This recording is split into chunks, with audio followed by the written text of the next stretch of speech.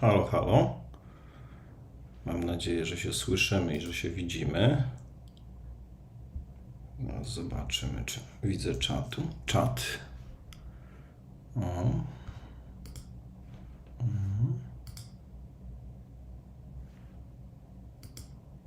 Napiszcie, czy mnie słyszycie, proszę, jeżeli jest taka możliwość.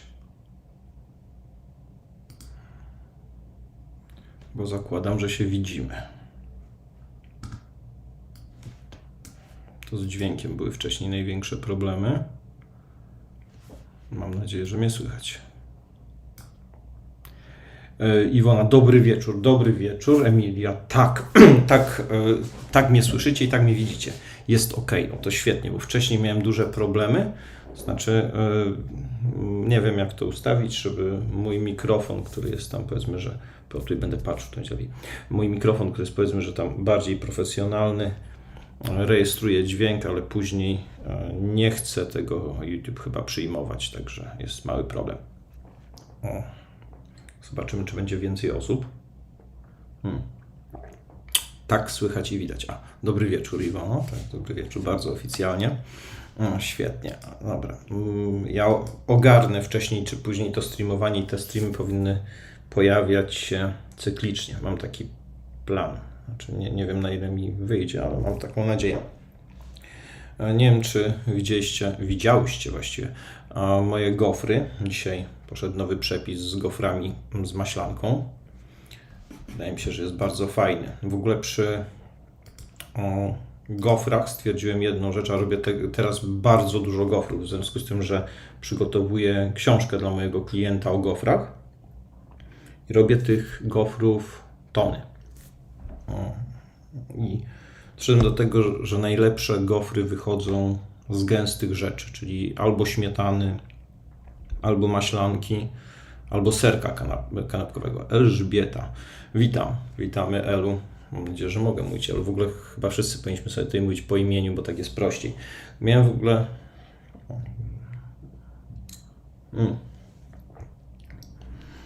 Dobry wieczór Grzegorzu i widownia. Robert. Dobry wieczór. Znaczy chyba będziemy jednak wszyscy na pan, coś czuję, bo tutaj widzę wszyscy bardzo oficjalnie. Może to dlatego, że na początku kanału ja zawsze się przedstawiałem i mówiłem dzień dobry. Ale to z szacunku do Was, szanowne widzki i szanowni widzowie. Czy ważna jest moc gofrownicy? Wiesz co? Oczywiście, że jest ważna, ale to nie do końca jest tak, bo jak się robi gofry na mleku, to trzeba je po prostu długo trzymać, żeby one się zrobiły takie fajne, chrupiące, nie żeby można było tak sobie poskrobać po wierzchu. A w momencie, kiedy gofrownica ma mniejszą moc, że do tego doszedłem, bo ja zrobiłem kilkadziesiąt różnych gofrów od grudnia i jeżeli gofrownica ma mniejszą moc, to warto wybrać takie gofry, które są robione na czymś gęstszym, czyli właśnie śmietana, nie wiem, maślanka, wszystkie rzeczy takie gęste, no i tłuste. I one wtedy są fajniejsze, bo środek nam się robi taki super mięciutki i fajny, a to zewnętrzne jest chrupiące. Znaczy są oczywiście gofrownice, które mają dużą moc i to nie ma znaczenia, ale na takiej normalnej, powiedzmy konsumenckiej, nie za miliony monet, spokojnie można zrobić fajne gofry, tylko fajnie, żeby to ciasto było na czymś tłusto-gęstym. Robert napisał, czekaj, już się poprawiam, siema Grzesiu, hej czaty. Siema, siema internet, jak mawia ten... Szaman z tego tnę. W ogóle nie wiem, czy widzieliście odcinek z szamanem. Ktoś napisał w komentarzu bodaj na kanale To ja go tnę, który polecam, że spotkały się dwa różne temperamenty. Mój taki, żeby nie powiedzieć delikatnie ślamazarny i ogromna dynamika szamana.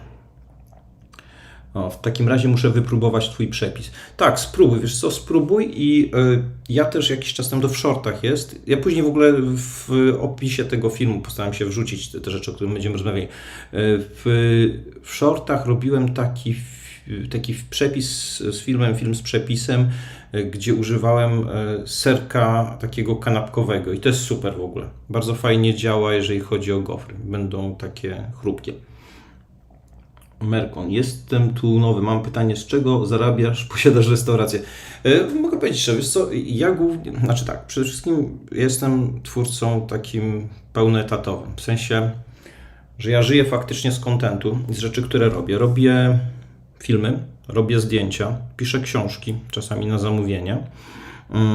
Robię zdjęcia dla różnych klientów. W tej chwili najwięcej sesji zdjęciowych w ostatnich 2 miesiącach robiłem dla Ety, to jest czeska marka taka zajmująca się AGD, dla Hyundai'a i dla Gogena. To były ostatnie 2 miesiące.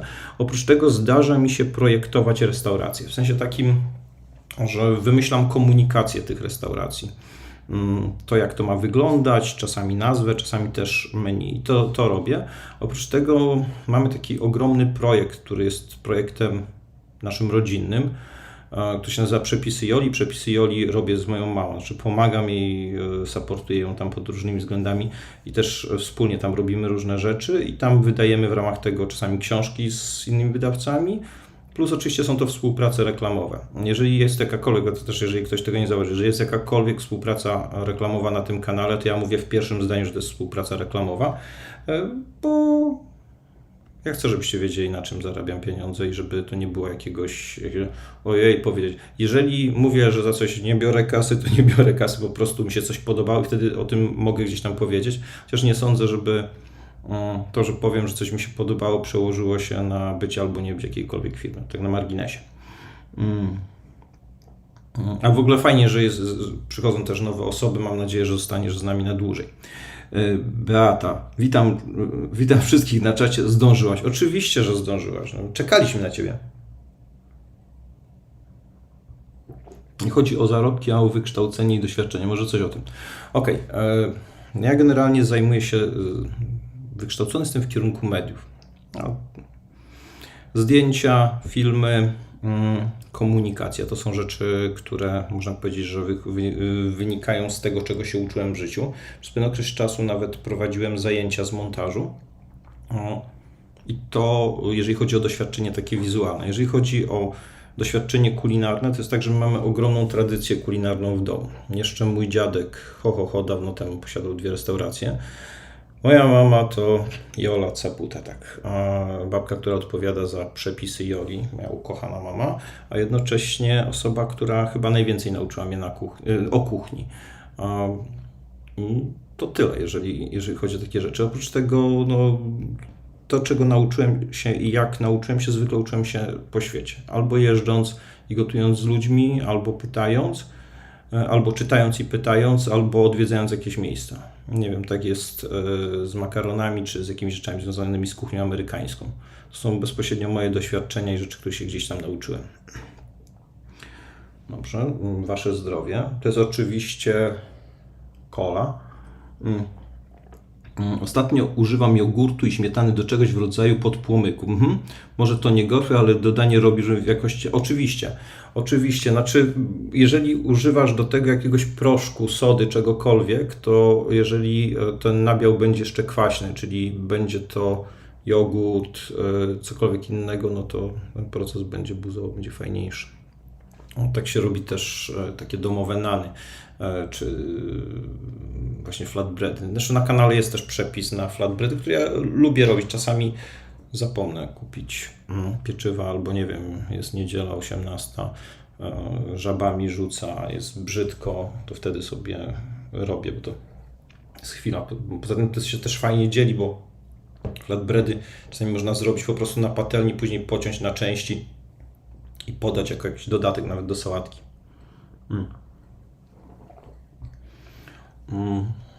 No, także okej.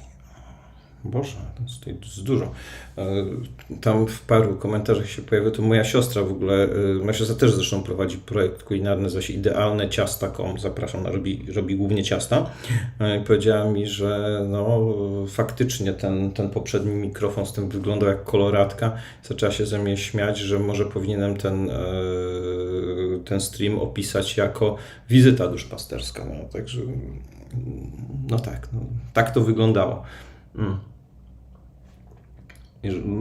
W ogóle tutaj dzisiaj rozmawialiśmy trochę o Discordzie i to jest tak, że możliwe, że gdzieś tam będą się pojawiały też rzeczy na Discordzie. Mam nadzieję, że się uda. Jakie jest Twoje ulubione danie, deser? Ojej, to jest bardzo proste pytanie. To jest bardzo proste pytanie, ale nie będzie tak wprost, bo to będzie anegdota. Pamiętam kiedyś przy promocji mojej wspólnej książki z mamą mieliśmy serię wywiadów. Byliśmy w Warszawie, różne stacje radiowe, jakieś redakcje gazet. No i pan młodszy ode mnie mocno pyta się, no ale jakie tutaj dania? No ja powiedziałem bardzo prosto, ja bardzo lubię kotlety mielone, bardzo lubię pomidorową. Dziwne, nie? A z ciast to sernik, jabłecznik i on mówi tak, ale o tym myślałem, że jakieś... Ja lubię wszystko, lubię każdą kuchnię, ale mam coś takiego, że jak jestem szczególnie gdzieś daleko, to jak wracam albo do Polski, to właśnie mielone, pomidorowa, taka prawdziwa pomidorowa, na takim bulionie z wiejskiej kury. No i z dowolnym dodatkiem. Mogą być kluchy, może być makaron, może być nawet ryż, ale chyba makaron to tutaj bardziej. Ja szykuję przepis, znaczy mam wszystkie składniki. Ja go próbuję zrobić od 3 lat, od samego początku. Bardzo chcę się z Wami podzielić tym przepisem. To jest przepis na babki w rumie. Wam powiem. To jest przepis na babki w rumie. Te babki w rumie wyglądają tak jak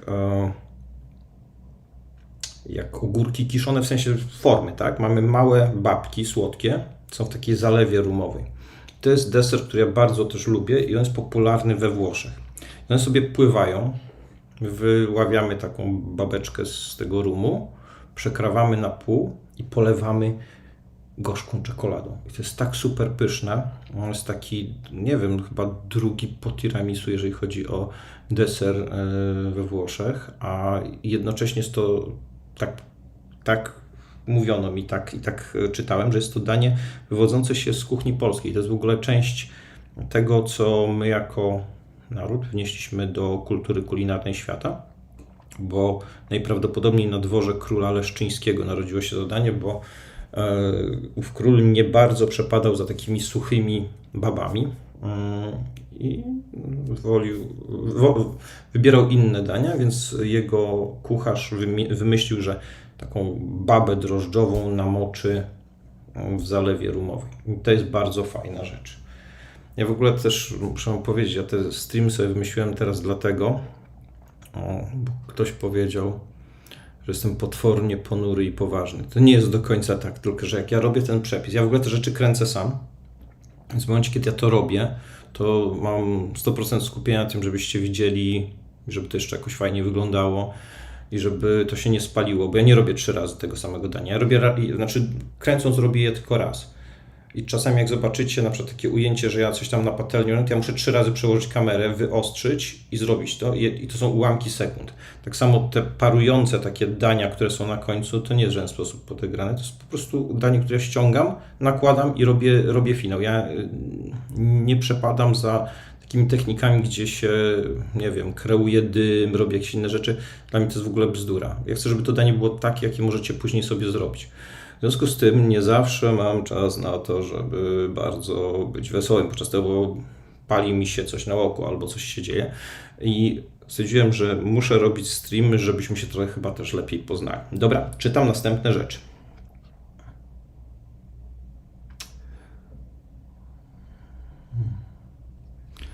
Okej. Wszystko z czekoladą jest pyszne. Prawda. W słuchawkach Grzegorz, a ja robię zupę tajską na jutro. Będzie ostro, fajnie. Teraz tak, Beata. Jak ta babka upieczona, że się w rumie nie rozmięknie na paćkę? No właśnie pokażę Wam, jak to się robi. Jak pokażę Wam, jak to się robi, ona się nie rozmięknie. Mało tego, to jest jedna z fajniejszych rzeczy, którą możecie zrobić na prezent. Ja to czasami robię na prezent, bo robię tych babek więcej. Zamykam je w słoiczki i daję komuś, kogo lubię. Znaczy, jak nie lubię, to nie daję, nie ma opcji. To jest bardzo dobre.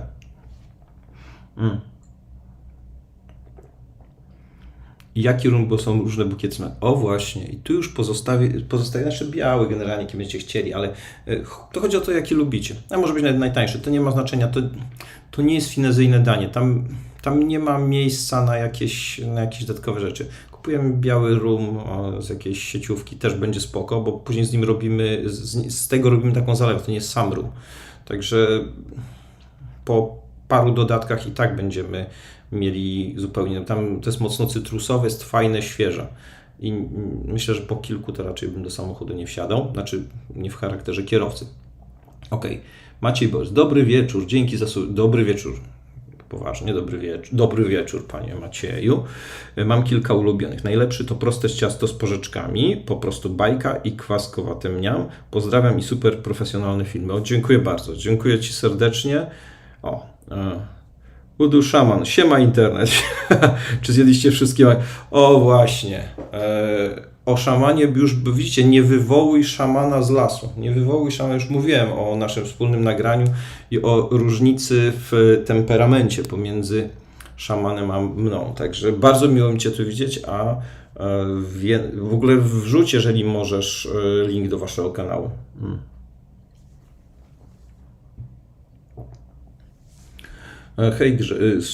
Hej Grzegorz, super kanał prowadzi. Pozdrowienia dla Ciebie, no i Pani Joli oczywiście, dziękuję w imieniu mamy i moim. Powiedz mi, czy miałeś tremę przed kamerą? Ja walczę sama sobą, aby się przemóc i pokazać twarz. Wiesz co? Tak. Znaczy, to nie o to chodzi, ja miałem inny problem, bo to jest bardzo dawno temu. Zrobiłem taki film, on jest zresztą na kanale, jest to zombie, jest taki śmieszny i znaczy tam się pojawia gdzieś kawałek mojej nogi, ale to nie o to chodzi. I jak pierwszy raz byłem na pokazie publicznym tego filmu, to myślałem, że się spalę ze wstydu, ze strachu, dlatego, bo nagle pokazuję jakimś innym ludziom, w jaki sposób ja patrzę na świat. W momencie, kiedy robię zdjęcia i oddaję je, nie wiem, klientowi, komuś, nie mam tego problemu, tak? No, to gdzieś sobie tam poszło, nie funkcjonuje w takim bezpośredniej konfrontacji z ludźmi, którzy mogą mi coś napisać czy powiedzieć. I wtedy miałem potworną tremę. Tutaj jest tak, że czasami nie mam wen i wtedy te filmy mają mniej słów, a czasami mam w ogóle problemy z gardłem. I wtedy to jest tragedia, bo mam na przykład materiał zrobiony, a przeczytanie lektora to jest w ogóle jakieś wyzwanie ogromne. Okej. A ja walczę samozwaną, przynajmniej. Wiesz co, to jest kwestia, znaczy mi się wydaje, że to jest też trochę tak, że akurat przy tym kanale udało się skupić fajnych ludzi. I to jest tak, że wy mnie dopingujecie, piszecie, fajnie było, super, coś zrobiłem. I jak ma się taką zwrotkę z drugiej strony i zaczyna się skupiać fajnych ludzi dookoła jakiegoś projektu, to jest łatwiej. Także jeżeli będziesz coś robiła, to też podeślij link, to może się go puścimy. Okej. Patrzymy dalej. Monika. Witam wszystkich. Ja od niedawna na kanale przepisy szybkie i proste i o to chodzi. Nie lubię za bardzo gotować, a w pracy gotuję śniadania angielskie w hotelu. O, ja bym zjadł akurat angielskie śniadanie, dawno nie jadłem. Wiesz co, fajnie, że z nami jesteś, mam nadzieję, że zostaniesz na dłużej. Teraz tak, szaman miał nam podesłać link do ich kanału i napisał: nie wywołuj szamana z dżungli. To jest pewnie szczurt, a jasne. Dobra. Emilia, ja właśnie uwielbiam, że te przepisy są konkretne, bo film powinien być skompresowany, bo tak jest z niego najwygodniej gotować, to sobie bardzo to cenię. Znaczy, ja trochę też robiłem ten kanał tak, że jakbym ja chciał coś zobaczyć i czasami wydaje mi się, że to jest też taki przerost formy nad treścią, bo jeżeli mamy 4 składniki i nie wiem, jakąś prostą technikę, to ja nie muszę opowiadać, że nie wiem, że od dziecka wychowywałem się ze świnią, która stała się częścią parówki, którą mam ugotować, bo to jest jakiś absurd. No nie wiem, szanujmy się, ja szanuję was, wy szanujecie mnie, nie wiem, szanujemy się nawzajem. Znaczy to zakrawa jakiś, nie wiem, jakiś idiotyzm kompletny. Także ja też nie wierzę, że wszyscy mamy bardzo dużo czasu i będziemy sobie 15 godzin stali i sobie tam coś mieszali. Czasami są przepisy u mnie, które wymagają dużej ilości czasu w przygotowaniu, ale po pierwsze można o tym powiedzieć szybciej, a po drugie to staram się, żeby te rzeczy wykonywał za nas piekarnik albo nie wiem, leżało to w lodówce. No, nie chciałbym takich technik, gdzie to angażuje mnie czy was na ileś godzin. Absurd. Już patrzę. Grzegorz Pokał od pokazania. Tak, dokładnie. Tak. W filmie jest kawałek nogi, chyba moja ręka z zegarkiem. To jest film o zombie, także. O zombie, trochę też o jedzeniu. Możecie go znaleźć na kanale i opowiada o perfekcyjnej pani domu w takim stylu retro. Ten film dostał trochę nagród. A, linki nie przechodzą jak co? Aha. Ciekawe, dlaczego nie przechodzą linki. O, widzisz, no Robert wie wszystko, no ja oczywiście nie wiem. Dobra, to ja wam później wrzucę pod filmem w komentarzu. Urodzona 1910. Witam, właśnie zobaczyłam przepis na gofry z maślanki. Decyzja o zakupie opieram zakładką wylądowała na początku listy. Wiesz co, są fajne. I tam jest jeszcze przepis w shortach na... W shortach jest jeszcze przepis na gofry z serka twarogowego i on też jest bardzo fajny. Bardzo taki, no podobny, to już mówiłem, będzie skorupka, będzie chrupkie z zewnątrz, miękkie w środku. Bardzo polecam. Myślałem, że można tutaj wrzucać. Jak się z małpą tak oznaczy, że tam małpa, czekajcie, może spróbuję, może mi się uda. Może ja mogę to. Zobaczymy. Nie, chyba też nie. Dobra, to później w opisie filmu wam to wrzucę. Dobra. Boję się, żebym czegoś nie zepsuł, nie? Bo to generalnie z tymi transmisjami to jestem tak trochę na bakier, no ale spoko. Co pijecie dobrego?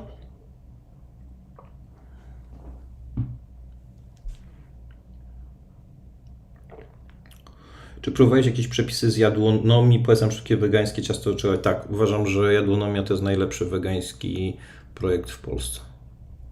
Tu nie ma co w ogóle uważam, że z moich doświadczeń, bez względu na to, czy ktoś był nagrodzony, nienagrodzony, nie mają podejścia do dymek. To jest świetnie zrobiony projekt, mam 2 książki, są dobre, naprawdę są dobre. Tam jest wszystko tak, jak powinno być. To jest też taka książka, którą mogę polecić spokojnie. To jest kawał dobrej roboty i takie rzeczy wegańskie, które to jest... Robiłem jakieś rzeczy, są po prostu dobre, także jak coś to polecam bardzo. Czy zamiast serka w gofrach można użyć sera twarogowego? Można, będzie bardzo dobry. Bo to chodzi o tłustość i konsystencję i wtedy robi dokładnie to samo. Także dowolne, nie wiem czy będziecie mieli twarogowy, czy jakiś taki do smarowania, każdy będzie działał.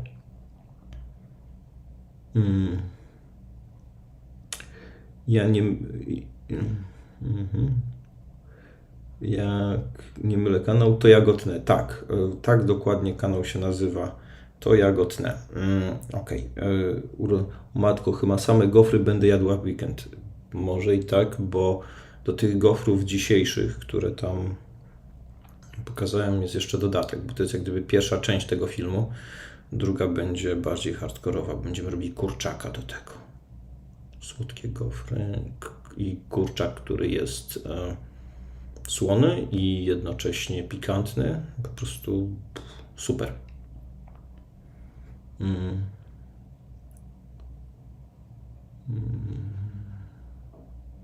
Sera sernikowe. Tak, dowolne, co jest białym serem, pochodną białego sera. Wszystko się będzie nadawało do gofrów. To już odpowiadam.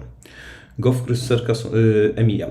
Gofry z serka są idealne na słono, jeśli dodasz serek smakowy, a to sadzone jajeczko i inne dodatki. Prawda. Bardzo dobry pomysł. Czy można było użyć skyra? Można. Tylko wiesz co, on jest troszeczkę rzadszy, więc ja bym... gęściej i tłuściej lepiej. Chyba że masz gofrownicę o dużej mocy, to wtedy... bez znaczenia, to możesz zrobić właściwie ze wszystkiego. To możesz zrobić takie najbardziej podstawowe, które są u mnie jako pierwsze z mlekiem. To dodawałem sobie, dokładnie tak, Skyr jest fajny. Bardzo ciekawy masz pomysł na kanał, super oświetlenie, interesującą barwę głosu masz i fajnie to wychodzi. Nie myślałeś o prowadzeniu po angielsku, czy przywiązujesz uwagę sobie na YouTubie? Wiesz co, zastanawiałem się nad tym, tylko wiesz co, mam czasami takie momenty, że w ogóle wymyślam sobie, że rzucam wszystko, ja nie wyjeżdżam w Bieszczady, tylko że mam pomysł, że w ogóle przenoszę się, nie wiem, do Nowego Jorku. Ale później mi przechodzi. Ja w ogóle lubię mieszkać w Polsce. Ja chyba jestem bardzo... Znaczy, to nie jest takie popularne, jest strasznie... Znaczy, ja lubię Polaków. Ja w ogóle lubię Polaków i lubię to, że tu jest tak, że my jesteśmy tacy. Lubię kuchnię polską, lubię język polski. Staram się mówić jak najlepiej. Nie zawsze mi wychodzi, ale bardzo się staram. I wysoce sobie cenię to miejsce, więc myślałem o drugim kanale, być może po angielsku, ale mi trochę brakuje czasu, więc możliwe, że coś w tym kierunku zrobię, ale chciałbym prowadzić kanał po polsku, bo ja po prostu lubię być Polakiem w Polsce. Znaczy, nie chodzi o to, że jakiś tam, nie wiem, skrajny nacjonalizm. Ja po prostu lubię Polaków. Uważam, że są fajni. Tak jak sobie pojeździłem po świecie, to lubię Polaków. To są fajne babki, fajni goście. Po prostu, nie wiem, myślący, z ciekawą kuchnią. Nie wiem, mamy dużo fajnych rzeczy. Może za jakiś czas, także nie mówię, że... Czy przywiązuję uwagę do... Szczerze, nie mam o tym zbyt dużego pojęcia. Także pewnie bym przywiązywał, gdybym coś więcej wiedział, ale z chęcią się czegoś dowiem, jeżeli coś wiesz. Grzegorz, czy będziesz częściej robił live, bo kiedyś były i teraz długo nie. Wiesz co, bardzo bym chciał. Nawet możliwe, że będą właśnie takie czwartkowe. Ja mam taki szalony pomysł, może mi to w końcu wyjdzie. Ja bardzo chciałbym doprowadzić do sytuacji, kiedy będę znowu gotował na żywo. Znaczy, to jest trudne dla mnie, bo to jest kwestia ogarnięcia wielu czynników, plus tego streama, plus czegoś.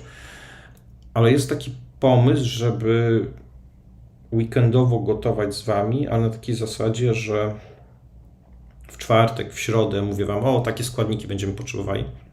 Więc jeżeli chcecie, możecie to robić ze mną 1 do 1 i będziemy sobie gotować. Ja uwalony w mące, wy uwaleni w mące, ja uwalony kawą, wy uwaleni kawą, bąble, pęcherze, palące się kuchnie, krzyk, pisk, straż pożarna. No taki mały plan, nie? Ale może być zabawny. Tak sobie pomyślałem o tym.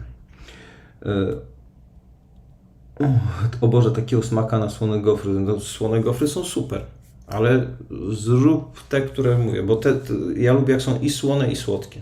Znaczy, jak ktoś zapyta, ile to ma kalorii, to ja wtedy odpowiem, że ja nie wierzę w kalorie, ale ma dużo. Okej. Siemasz, mam pytanie co do sosu serowego. Co zrobić, żeby na pewno się nie zważył i czy polecasz dodanie do niego cytryniowy, bo tak zobaczyłem na jakimś filmiku, ale to nie u mnie. Nie, wiesz co, zrób sobie ten sos serowy.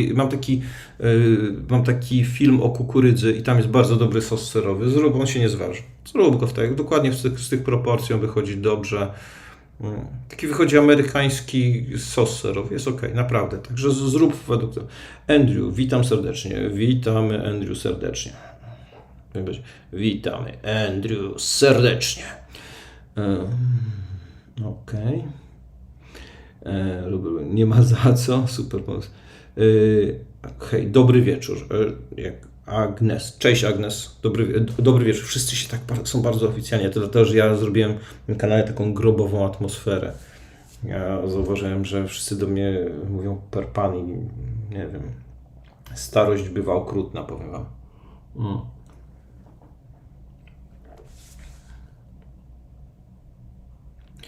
No ale tu jest problem. Mam gofrownicę taką starą o dużej mocy. O, tylko że brak mi do niej kabla, a nie mam jak kupić, bo jutro calutki dzień w pracy. Wiesz co, a jaki to kabel? Bo może sąsiedzi mają. Nie wiem. Można poznać zupełnie nowych sąsiadów. Ty uwalony w mące, zawsze masz w kuchni błysk, a tylko u mnie mąka. Nie, to nieprawda, tylko wiesz co, jak ja miałbym... Dobra, po pierwsze, po każdym filmie zmywarka jest pełna, bo ja używam całej masy misek, żeby to jakoś wyglądało, żeby wam to... Po drugie, jeżeli ja bym nie utrzymywał tego porządku w trakcie, to ja bym się zabił bym się, nie wiem, pośliznął się na czymś i bym tam martwy leżał i po prostu byłem pierwszą ofiarą tego kanału. Jedyną, mam nadzieję. Także...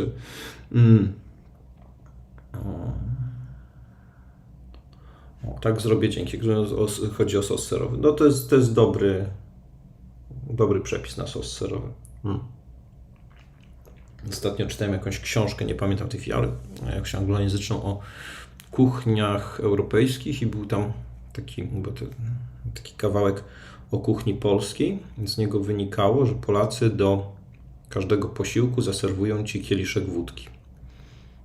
Ja sobie tak pomyślałem, co za absurd, no nie wiem.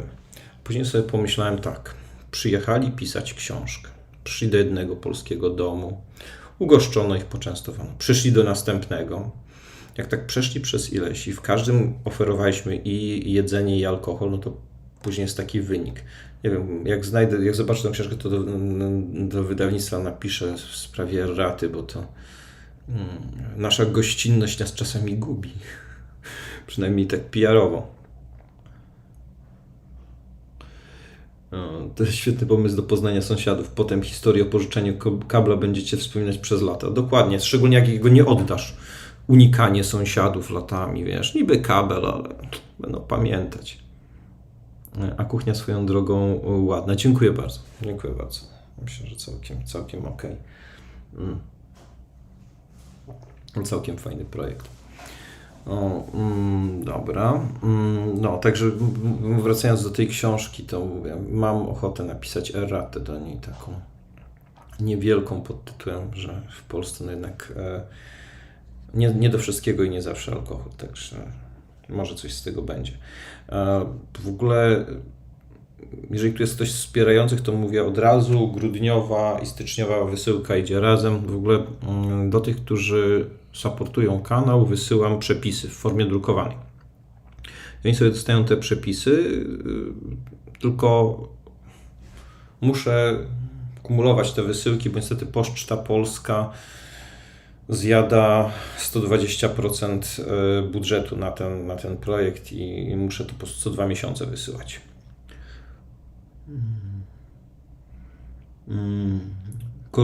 Kornelia, hej, ja Cię bardzo serdecznie pozdrawiam. Tu jest Kornelia i my ją pozdrawiam. Cześć Kornelia. Twoje zdrowie. Jak ktoś ma ochotę, to też zapraszam do pozdrowienia Kornelii. Okej. Emilia. Do sosu serowego polecam płatki drożdżowe, genialnie podbijają smak. Tak, to taka wegańska metoda, fajna.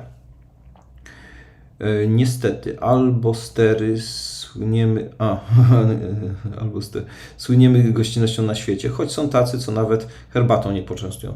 Wiesz co, właśnie, no, my mamy tak właśnie, że kurde, Polacy są fajni pod tym względem, ja lubię. Znaczy ja sam taki jestem, to jest w ogóle, nie wiem, jakieś wyniesione, zresztą ci, którzy wiedzą, kim jest moja mama i co robi, to ona uwielbia futrować ludzi.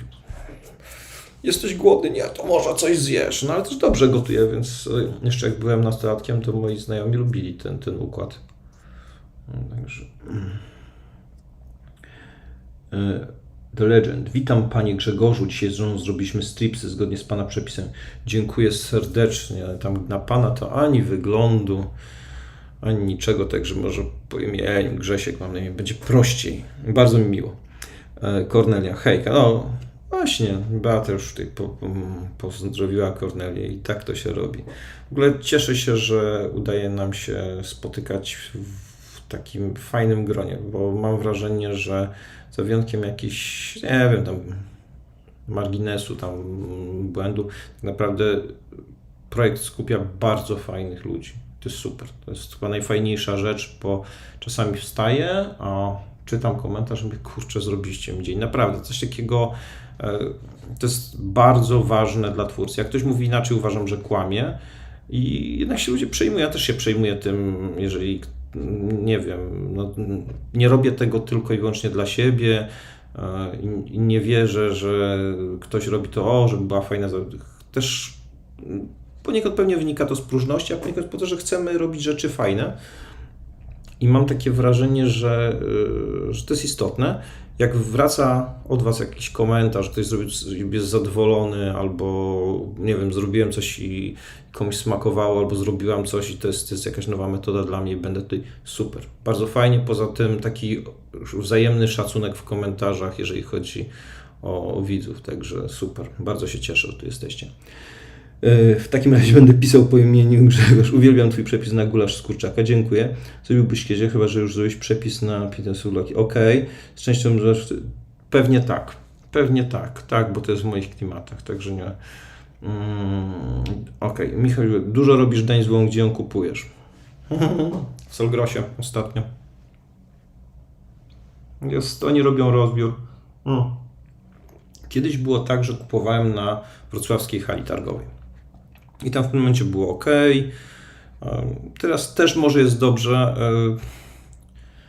Selgros mi załatwia w większości wypadków wszystkie rzeczy. Poza tym często mogę kupić jakieś rzeczy w dobrej cenie. Takie jak wołowina nie jest tania i ta wołowina jest przyzwoita.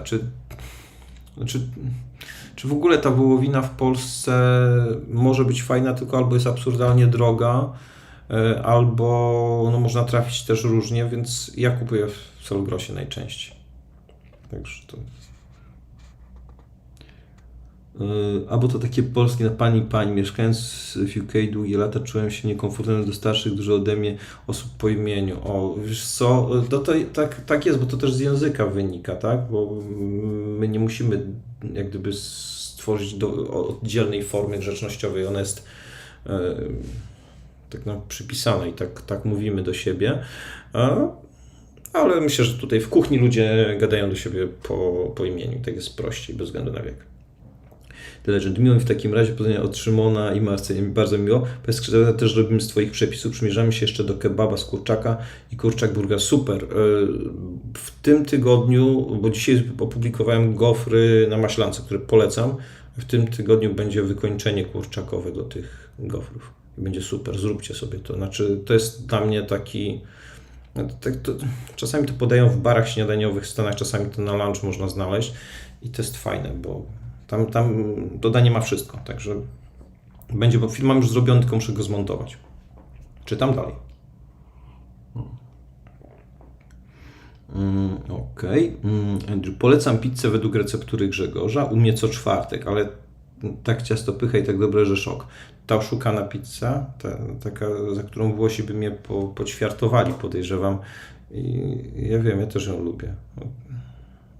Znaczy, w ogóle to ciasto może być bazą do innych przekąsek. Można zrobić małe pizzerki takie, podać na imprezie. Już właściwie wszystkie. Można tam też zrobić z tego takiego cebularza. Lubię. Oszukana pizza, ale ją lubię.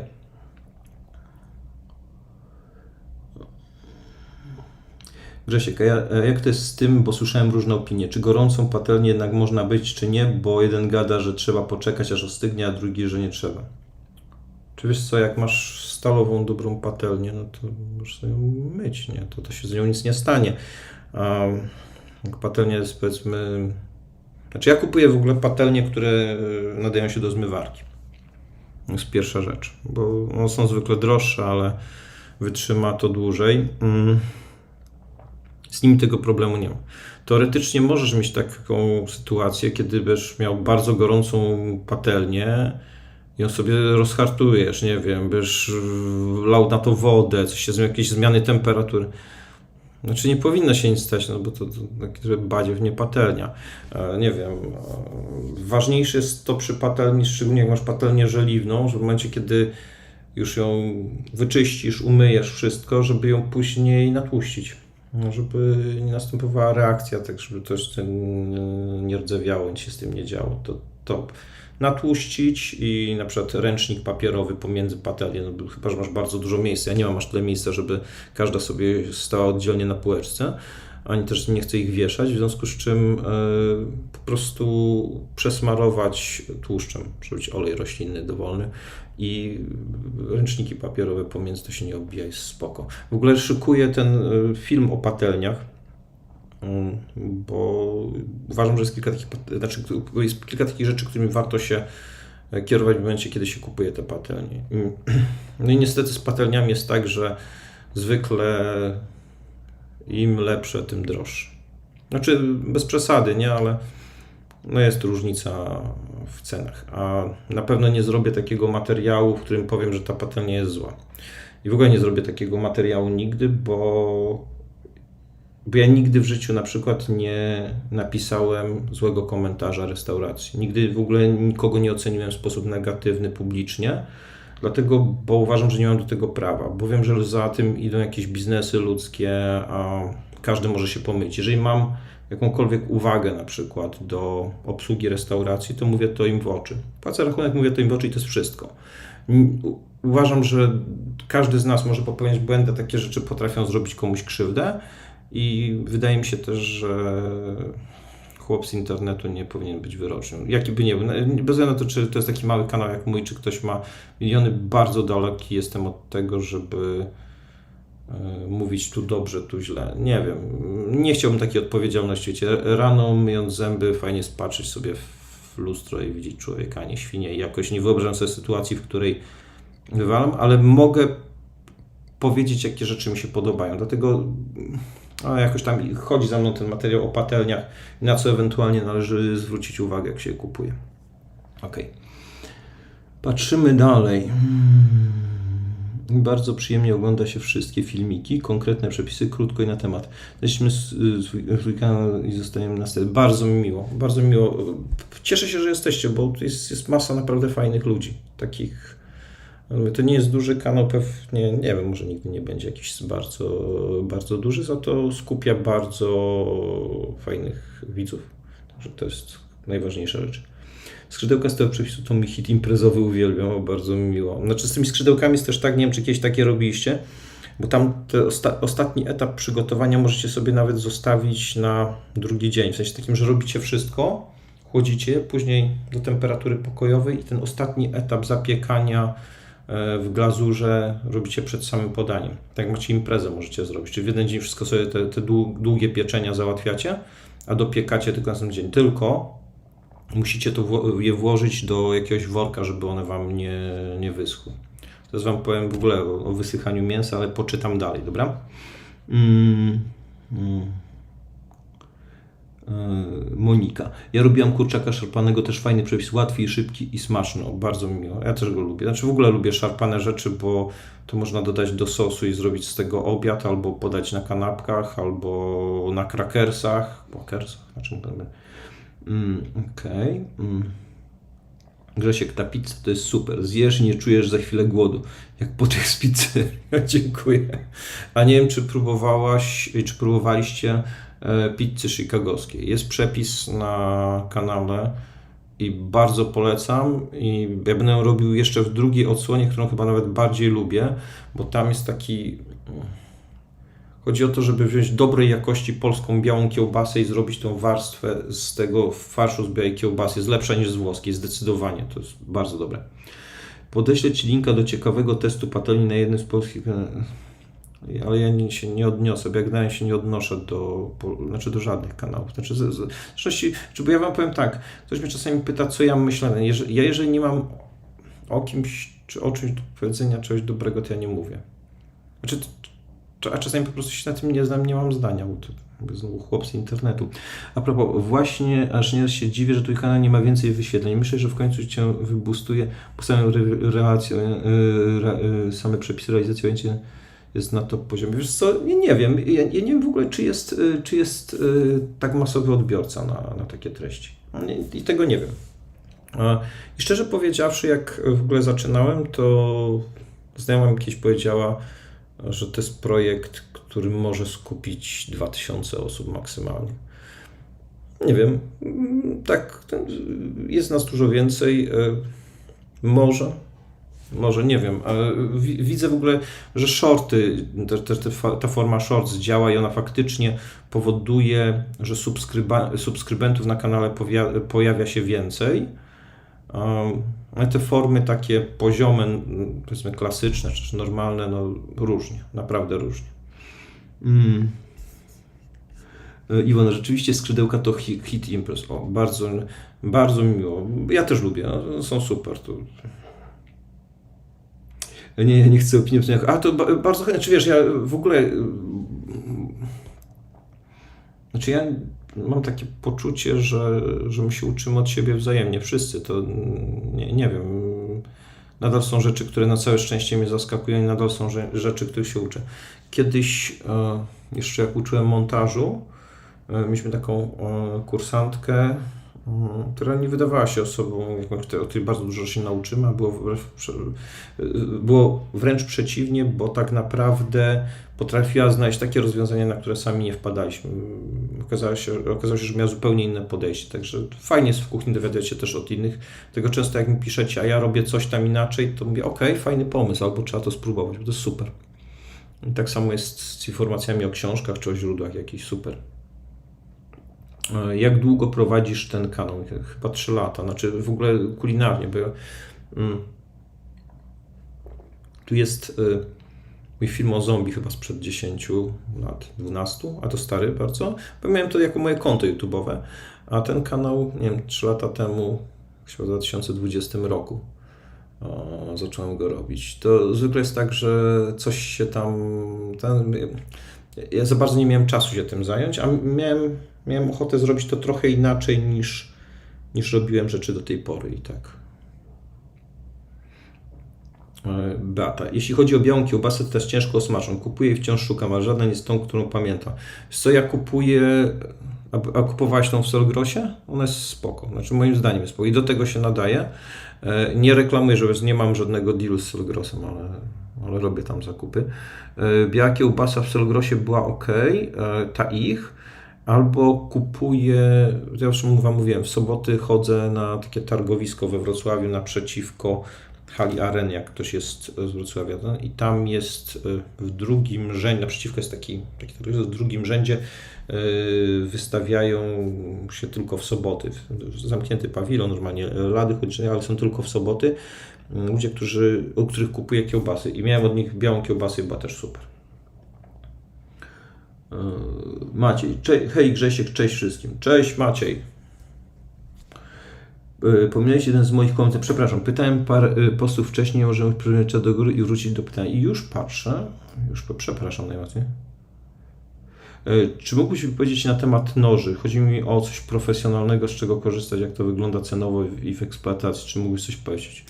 Dobra, z nożami jest tak, że wy macie pewnie dobry, inaczej, nóż nie będzie za was gotował, to jest pierwsza sprawa i może być przydatny. Możecie wydać bardzo dużo na nóż i nie będziecie zadowoleni. Ja w ogóle jak ktoś się pyta o noże, to zawsze namawiam go na początek, żeby kupił dobry kamień do ostrzenia. I ja mam tutaj gdzieś link u siebie do takiego sklepu Amazonowego, ja tam mam wybrane produkty, ale możesz sobie to kupić gdzie indziej zupełnie, tylko zobacz jakie są tam produkty. I tam są takie kamienie Shaptona. Shapton to jest fajna firma, która produkuje kamienie do ostrzenia noży. I te kamienie charakteryzują się tym, że w przeciwieństwie do... Znaczy jest taki typ kamienia, w którym wszystko polega na tym, że nie moczymy tego kamienia tam, nie wiem, przez godzinę czy przez pół godziny, tylko to jest kamień typu splash, czyli po prostu dajemy trochę wody na górę i już możemy od razu ostrzyć. Ja proponuję na początek kupić sobie kamień Shaptona, to jest 200 ileś złotych. Można na Allegro, można na Amazonie, kupicie gdzie będziecie chcieli, nie wiem, może w jakiejś promocji. Kupić ten o gradacji 1000, bo to będzie taki początek, nim zacznie się ostrzenie. I najpierw proponowałbym naostrzyć nóż, który mamy w domu, naostrzyć trochę noży, które mamy w domu i zobaczyć, jak nam się tym pracuje. I zacząć od tego, że te noże ostrzymy regularnie.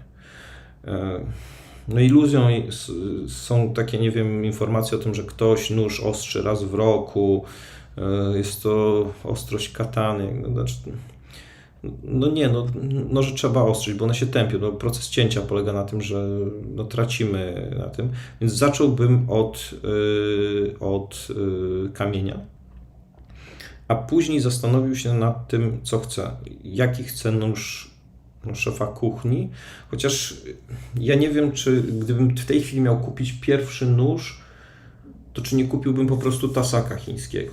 To nie jest tasak taki do rąbania, to jest odpowiednik noża szefa kuchni w kuchni europejskiej. On jest szeroki, ale on jest super do warzyw, potniemy nim mięso, nie nadaje się do rąbania, powtarzam jeszcze raz.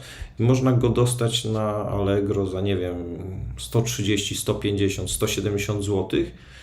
Ostrzony będzie fajnie działał. I to bym kupił, bo jak popatrzycie, czego najwięcej tniemy w kuchni, znaczy za wyjątkiem osób, które są zawodowymi, nie wiem, rzeźnikami na przykład, zajmują się tylko mięsem, ale normalnie najwięcej i tak kroimy warzyw, więc ten tasak będzie super. Ja bym kupił taki tasak chyba na początek, a później być może nóż szefa kuchni, bo i tutaj też jest pytanie o to jaki. Jeżeli bardzo dużo kroisz, to kup coś, co będzie wygodne. Ja używam często Globali, ale to nie jest najlepszy nóż. To jest łatwy w utrzymaniu i tyle. To nie jest jakiś... Uważam, że jest przepłacony troszeczkę, ale to jest dobry nóż, tak? I fajnie by było, żebyś sobie pooglądał. A jeżeli byś chciał coś bardzo ostrego, byś miał taką potrzebę, to wtedy warto zastanowić się nad nożami jednostronnie ostrzonymi. Czyli nie takimi, że mamy tak, tylko tu mamy płasko, a tu mamy... Ale takie noże nawet dwustronnie ostrzone możemy naostrzyć pod różnym kątem i też uzyskamy trochę większą ostrość. Także na początek zacząłbym od tego, żeby naostrzyć te noże, które mamy i zobaczył, jak to działa. A jeżeli chcę jeszcze mi wydać, to poszedłbym do jakiegoś sklepu typu, nie wiem, wszystko za 5 zł, tam czasami są ostrzałki, kupił taki kamień do ostrzenia za, nie wiem, 15 zł czasami gdzieś widziałem i zobaczył na tym. Bo od tego się zaczyna. Jak będzie już to ogarnięte, to później, bo jeżeli kupisz drogi nóż, ten nóż będzie kosztował, nie wiem, myślę, że nie ma górnej granicy tak naprawdę. A nie będziesz w stanie go utrzymać, naostrzyć, to wcześniej czy później tak go wyślesz gdzieś, gdzie ci go naostrzą, on będzie totalnie zjechany. Także ja bym proponował zacząć od naostrzenia po prostu tego noża, który mamy. Tylko nie na żadnych dziwnych... Kamień to jest dobra rzecz do nauki ostrzenia, bo kontrolujemy kąt i jesteśmy w stanie to zrobić bardzo dobrze. Także polecam kamień, tak mi się wydaje. Okej, patrzę. Grzegorz, zadałbym pytanie, które często zadawałem w komentarzach. Bardziej w sumie raczej nie kojarzysz, ale nie wiem, czy pisać, żeby się nie wkurzył na mnie. Czy to jest pytanie o królika? Bo że to jest pytanie o królika, tego jeszcze nie mam. Ja się nie wkurzam nigdy, tylko realnie jeszcze go nie zrobiłem. Jak zrobię, to na pewno będzie.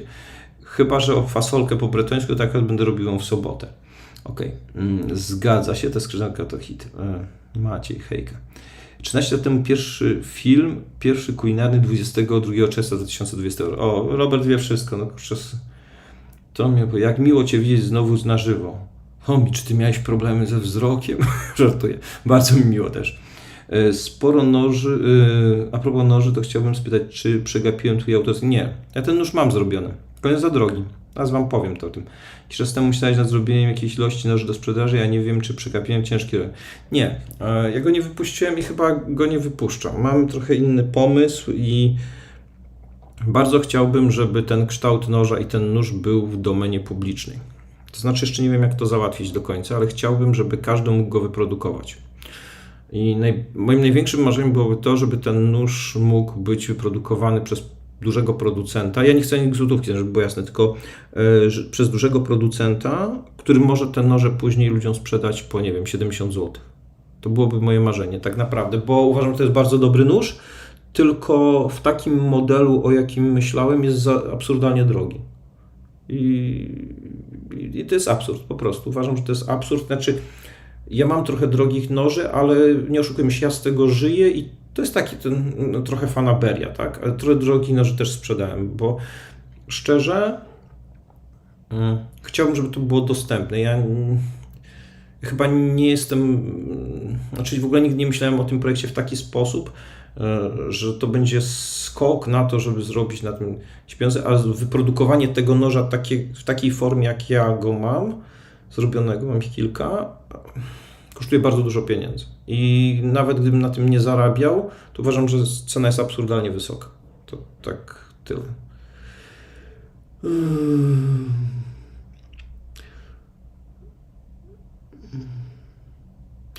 Co do noży, to w UK są bez czubków. Boże, nie mogłem się przyznać. Wiesz, lepiej nóż bez czubka niż czubek z nożem. To tak, wiesz, taka dygresja.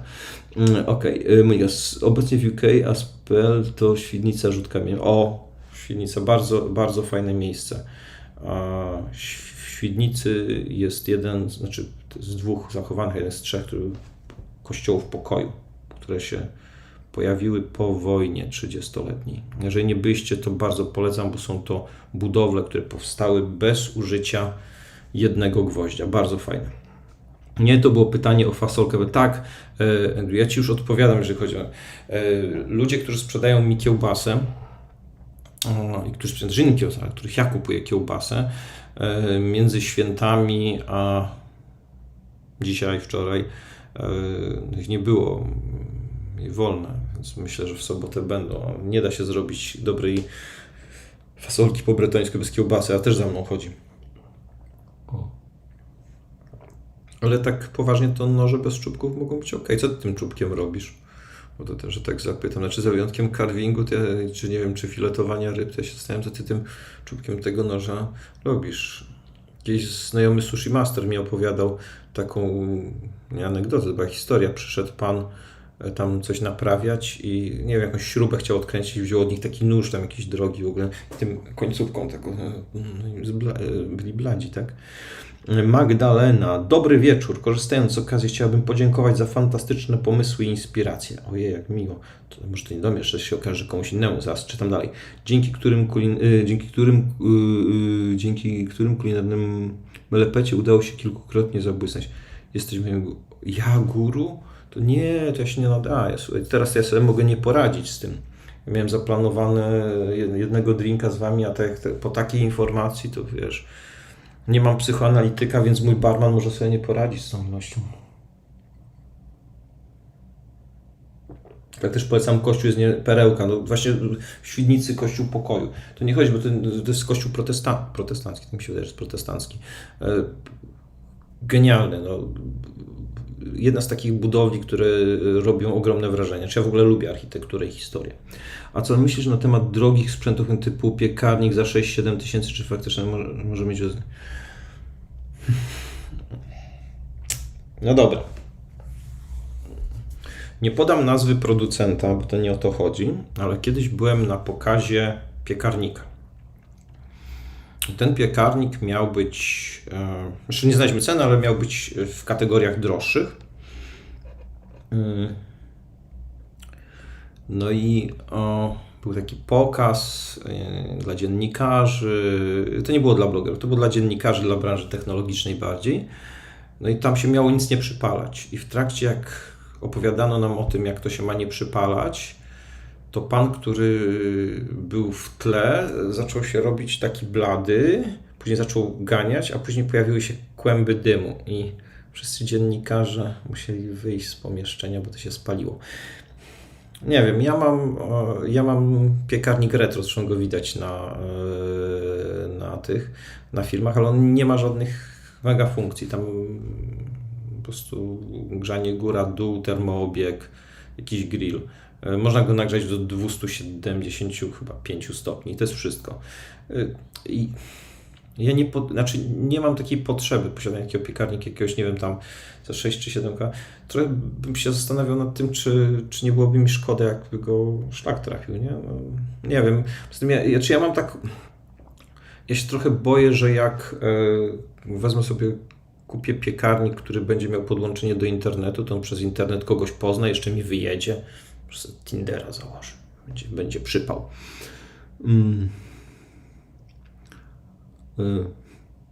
Beata zadeklarowała, ludzi nie zabijam. A nóż z czubkiem to nóż z czubkiem. Dokładnie. Andrew. Oczywiście, że tak, do fasolki musi być kiełbasa konkret, tak samo boczek. Super, czekam na przepisy. Tak, mam większy problem, bo kiełbasę to w sobotę dostanę. Chyba oni mają też boczek, bo ja boczek kupowałem na płycie wrocławskiego, przy płycie wrocławskiego rynku. Był sklep taki PSS z Połem. Tam mieli świetny boczek. No i nie będzie tego sklepu, bo przyjęła go jakaś sieć handlowa, znaczy wiem jaka nawet. I nie wiem, czy tam będę miał równie dobry boczek, więc mam nadzieję, że trzymajcie kciuki, żebym w sobotę dostał boczek, to w następnym tygodniu będzie film z fasolką po bretońsku. Uwielbiam kombiwary. Bardzo fajne urządzenie. Bardzo. Znaczy w ogóle wszelkiego rodzaju. Jest masa urządzeń, które nam pomagają w kuchni. Mm. Czy to jest tak, teraz pokazując wam film z przepisem e, na ryż taki z piekarnika zapiekany z jabłkami. Specjalnie gotowałem ryż w saszetkach, bo czasami gotuję ryż w saszetkach. Jeżeli struktura tego ryżu nie ma żadnego znaczenia dla tego dania, mało tego, ma być to takie danie jak jadłem w 91 roku, no to jest super. Tutaj nie oszukujmy się, jak robimy ryż z jabłkami, to sypkość ryżu nie ma żadnego znaczenia, tylko tyle powiem. Legend. Ja też mam piekarnik retro, o super, znaczy mi się podobał ten design, tak samo lodówkę, nie? Lodówkę, czy mam dwóch różnych firm chyba. Ale generalnie to podoba mi się ta estetyka. W ogóle w tamtym tygodniu wrzuciłem, że robiłem sesję zdjęciową ekspresu do kawy, właśnie tego czeskiego Eta. Oni mają taką linię retro i tak mi się podobał, naprawdę chyba najładniejszy ekspres, jaki widziałem. Tych ekspresów przerobiłem dużo i był śliczny, naprawdę. Może klient nie powinien tego, ale już to się łatwo fotografuje, jak ma się, to był samogrej, bo to po prostu było ładne. To jest coś takiego, że się stawia, wow, taki kolbowy, fajny. W Żmigrodzie też pięknie, a ja miałem współpracownika ze Żmigrodu. Słyszałem o sztolniach, więc wiosną mam zamiar. Tak, w sztolniach nie byłem, ze Żmigrodu mieliśmy współpracującego z nami fotografa. Ale nie mówił o sztolniach. Zresztą, nie wiem. Zastępuje mi piekarnik? Oczywiście, że tak. Znaczy w ogóle ci Czesi, z którymi też mają Prodigy taki, jak ten, tylko że nie mają takie designerskie i możliwe w ogóle, że będę robił serię przepisów, z tym mi się podoba. W ogóle fajne są takie retro sprzęty, tylko nie mają takie, że jak się już to wszystko upiecze, to jeszcze on ładnie wygląda, jest bezpieczny, więc można go postawić na środku stołu. Nie wiem, czy znacie, tak Azjaci jedzą ten hot pot, taki garnek i sobie tam w środku różne rzeczy maczają. To tutaj można tak samo sobie coś upiec, postawić do takiego dzielenia jedzenia. Fajne. Ten ryż jest mega. Dziękuję bardzo. To od dziecka mnie ten faszerowano. I pytanie, które zawsze mnie dręczy. Po czym poznajesz, że olej na patelni jest odpowiednio rozgrzany? No, sprawdzam, znaczy to zależy, znaczy wrzucam, jak mam jakieś ciasto, to wrzucam taką kropeczkę, jak ona robi taki lub podobny, to jest ok. Czyli nie używam termometru, znaczy gdybym robił miliony pączków, to bym to mierzył i sprawdzał, ale tak ogólnie to nie robię tego. Widzę jak jest.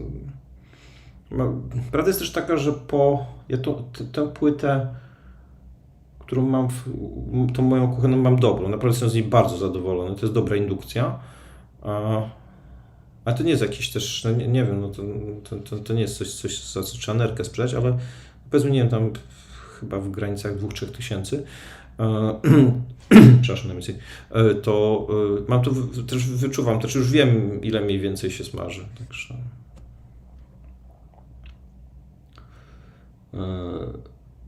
Dariusz, spóźnione uszanowanie. Nie mniej spóźnione, ale równie szczere uszanowanie, Dariuszu. Robert. Ojej, stare polskie Prodigy. Tak, wiesz co, tak. No, Prodigy jest fajny, znaczy to jest fajne urządzenie. Kiedyś też z moją mamą robiliśmy serię przepisów z Prodigy'ami.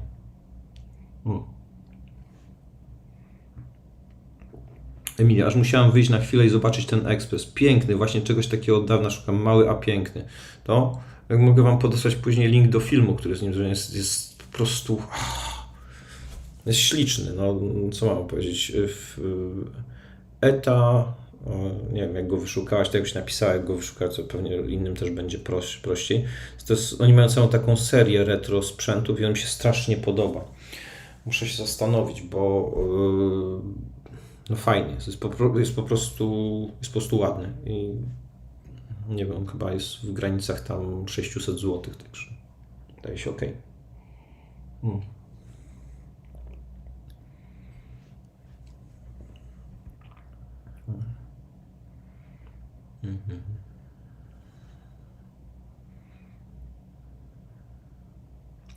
O, do tej pory wracam do smaku mięska z cebulką robionego w prodiżu przez babcię, a potem przez mamę. No, naprawdę, znaczy ja mam też dużo fajnych wspomnień.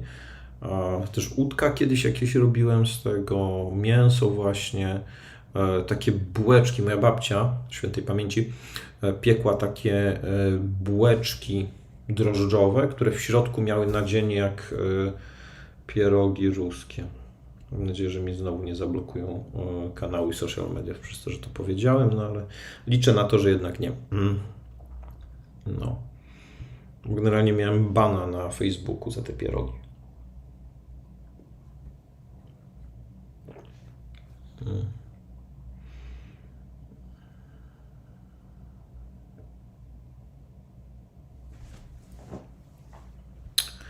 Słuchajcie, no co, będziemy chyba powoli kończyć, tak mi się wydaje. Przynajmniej na dzisiaj. Wydaje mi się, że wyczerpaliśmy wszelkie tematy. A jeżeli macie taką ochotę, to piszcie to za tydzień, 20:30. Spotkamy się ponownie. Też będę czekał na informacje od Was.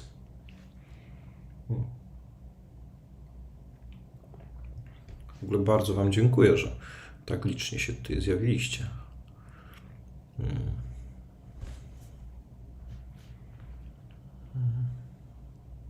A i prosta babka z Rudyż to przychota.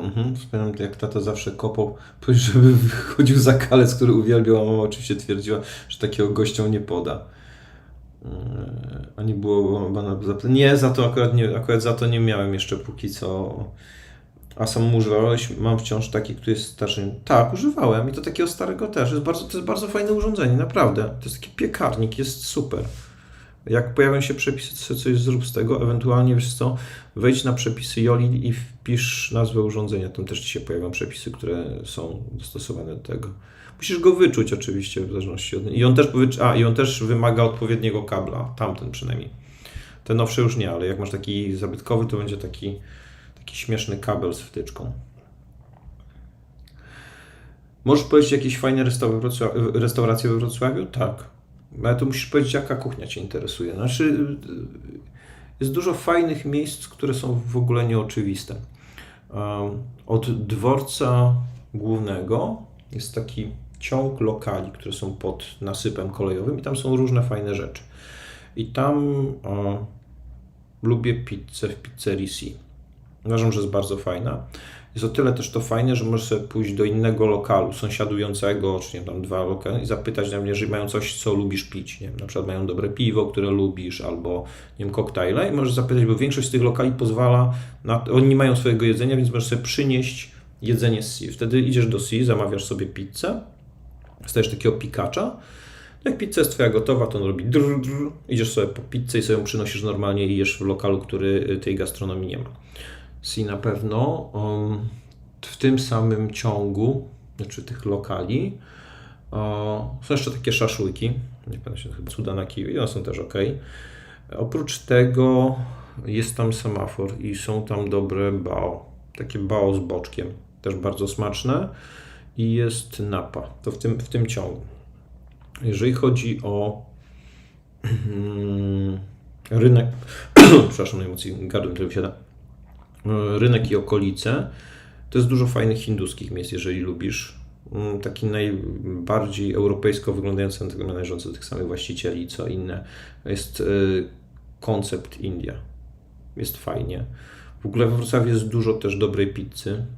Część takiej, o której było głośno w związku z ostatnimi wyborami. Tam w Wrocławiu jest taka pizzeria, która się nazywa Mania Smaku i dużo osób próbuje, bo usłyszało o niej w telewizji. Jest okej, naprawdę. Mają taką pizzę, która się nazywa Rusałka i to jest pizza z nadzieniem z pierogów ruskich na przykład. A oprócz tego na ulicy Odrzańskiej jest taki lokal, nigdy nie pamiętam jak on się nazywa, coś tam z kuchnią bliskowschodnią. Libańskie smaki, bardzo fajne.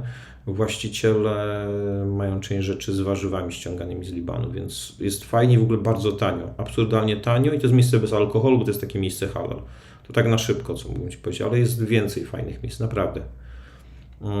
Możesz też na Włodkowica trafić. Na Włodkowica jest takie sushi, do którego często chodzę, czyli sushi. Znaczy wcześniej, częściej teraz jakoś mi przeszło sushi, ale Sushi Corner, tam jest też Peruwiana, fajne miejsce. Także no, jeżeli będziesz się wybierać do Wrocławia, pisz, to na pewno coś ci podpowiem. Okej, a samowaru używałeś? Mam wciąż taki, który jest starszy niż ja. Wiesz co, ja nie, ale w Rosji widziałem, jak go używano. Ja sam nie używałem, ale tak. O. Beata, co do sprzętu AGD, to ten dawniejszy był dłużej używany niż dzisiejsze niby nowoczesne, ale szybko się psują. Tak, podobno miała być jakaś regulacja, która miała przeciwdziałać temu, że dzień po okresie gwarancyjnym coś nam szlak trafia, ale nie wiem, jak to się skończyło. Bo to jest, nie wiem, gdzieś w Stanach jest bodaj żarówka, która świeci od ponad 100 lat. Także może. Jak ochotę, dawaj za tydzień. Kto nie lubił Zakalca, dokładnie, to w ogóle Zakalec, pamiętam, w dzieciństwie nie był żadnym błędem. To ja za tydzień wam może opowiem o pierwszym moim cieście, jakie zrobiłem. Może poszukam jego zdjęcia, bo to jest hardcore. To jest naprawdę hardcore, bo ciasto bez pieczenia i nie przypominało niczego, co mógłby zrobić normalny człowiek. Powiem Ci, że dla mnie taki nóż byłby pewnego rodzaju trofeum i z pewnością używam go bardzo sporadycznie. Bardziej chciałem go postawić, żeby pięknie się... A co do ceny? Okej. No... Ja myślę, że w ogóle te noże być może wejdą w takiej formie, ale ja mam dużego moralniaka, jeżeli chodzi o to, bo uważam, że cena jest abstrakcją, tak, tutaj. I nie chciałbym, znaczy musiałaby być taka opcja, żeby był salon i żeby ktoś mógł go przymierzyć, zobaczyć, czy to na pewno, nie wiem, nigdy w życiu nikogo nie oszukałem, nie chciałbym być w sytuacji, w której ktoś czułby się oszukany. Ja widzę różne sprzedaże noży, jakieś, tak, nie wiem, mam wrażenie, że to jest jakieś oszustwo, więc szczerze, to jest bardziej taka moja blokada, to mówię uczciwie, nie? Ale ja nie jestem autorytetem, Queen, do autorytetów to mi bardzo daleko. Ja zawsze mówię, że jestem jedynie podawanym. O, dzięki wielkie. Lubię próbować różnych kuchni, to za tydzień też prosimy o live. Jeżeli będziecie chcieli, powiem tak, jeżeli tylko taka będzie wasza wola, to będziemy się spotykać częściej. Brownie to ciasto z zakalcem. Także oczywiście, to jest sam zakalec. Ale dobra, spróbuj tego brownie, które jest u mnie na kanale, jest bardzo dobre. Tylko go nie dopiekaj za bardzo, bo ktoś mi napisał, fajne było, taki zakalec, więc musiałem go dopiec. No to nie, zostaw je takie, będzie dobre. O czym wielokrotnie wspomniałem, nauczyłeś mnie, rozumiem, czegoś cierpliwością. Czy jestem kuchennym gadżeciarzem? Kiedyś byłem, znaczy wiesz co, to jest tak, że jak się coś zaczyna robić, to chyba każdy ma tak, że ja mam joba na punkcie designu. Ja nie wiem, tego chyba nigdy nie miałem. Przez wiele lat projektowałem różne rzeczy. Od takiego designu opakowań, po wnętrza, po scenografie operowe. Robiłem to dosyć długo i lubię otaczać się rzeczami, które mają estetykę jakąś tam zgodną ze mną. I mam trochę takiego świra estetycznego, dlatego pod tym względem na pewno tak, ale w ogóle to nie jest kwestia, nie wiem, te rzeczy nie muszą być jakieś drogie, tylko muszą mi odpowiadać estetycznie. Pod tym względem na pewno jestem gadżetem. Wolę, żeby coś było, znaczy przywiązuję chyba wagę do tego, jak coś wygląda, nie? Zresztą to chyba trochę widać po zdjęciach, chociaż też ostatnio dostałem, trochę mnie zaskoczyło to, bo zacząłem się bawić generowaniem rzeczy przez sztuczną inteligencję.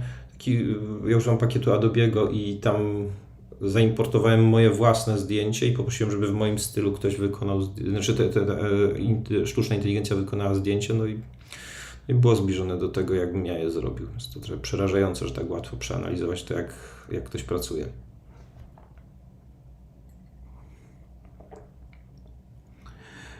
Dariusz, za Króla Stasia były obiady czwartkowe, więc czwartkowe spotkanie jak najbardziej. Mi się wydaje, że to jest dobry dzień i możemy się spotkać. Myślę, że też fajnie, bo pozwala to na wymianę myśli pomiędzy widzami. Beata, prawda, kiedyś kupiłem nóż z polecenia Gesslerki. Znaczy, wiecie, bo to jest też tak, że jeżeli coś jest... Znaczy, ja nie wiem, no to są jakieś pewnie deale reklamowe, których nikt normalnie by nie odrzucił, ale nie wiem, nie używałem tych noży, które polecała pani Magda Gessler, także za to wiem, że dużo osób według przepisu pani Magdy robi schab i to uważając, że wymoczenie go w mleku coś daje, no to tak to działa inaczej. Czwartkowe spotkania z Grześciem. Słuchajcie, czwartkowe spotkania z wami tak naprawdę, bo myślę, że jest to dobra forma i chyba dobry dzień, tak przynajmniej dla mnie. Jeszcze przed weekendem, a już po pierwszej połowie tygodnia. Jak dożyłem do środy, to znaczy, że jest całkiem ok. Dobrze, będę w takim razie się z wami żegnał. Nie żegnajmy się. Umówmy się na następny tydzień na 20:30. Przypomnijcie mi później, bo ten stream będzie tutaj dostępny w komentarzach, ewentualnie jakich linki do czego wam obiecałem, to postaram się powklejać, żeby to było jakoś ogólnie dostępne. Mam nadzieję, że jesteście zadowoleni i do zobaczenia.